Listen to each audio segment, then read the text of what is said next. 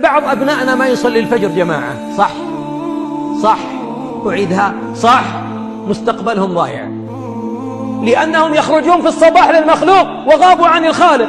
الرزاق من هو؟ مدير الشركة؟ الرزاق ذو القوة المتين هو العلام جل وعلا، الحكيم الغفور الرحيم الملك. إذا كنا نخاف على الاختبارات بعد أسبوعين، خايف على اختبار الفيزياء والكيمياء والرياضيات، وما خفت على اختبار الله لعبده أن يقوم لصلاة الفجر تربية.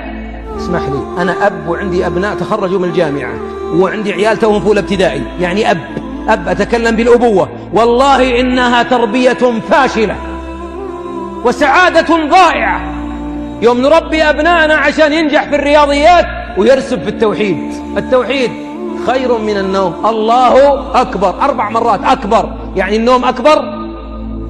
طامة وربي. ولذلك بعضنا عذب والده لما كبر. عذبك ليه؟ أنت قاعد تربيه للدنيا، أنت تعبده في الدنيا، أنت تعبده في الرياضيات والإنجليزي والفيزياء والحاسب، أنت ما كنت تعبده لرب العالمين. يا بني صل حتى تكون في ذمة الله فيعلمك ويوفقك ويفهمك. أليس المفهم هو الله؟ أليس المعلم أول معلم في الوجود هو الله؟ وعلم آدم الأسماء. أليس الله فهم سليمان وفهم إبراهيم؟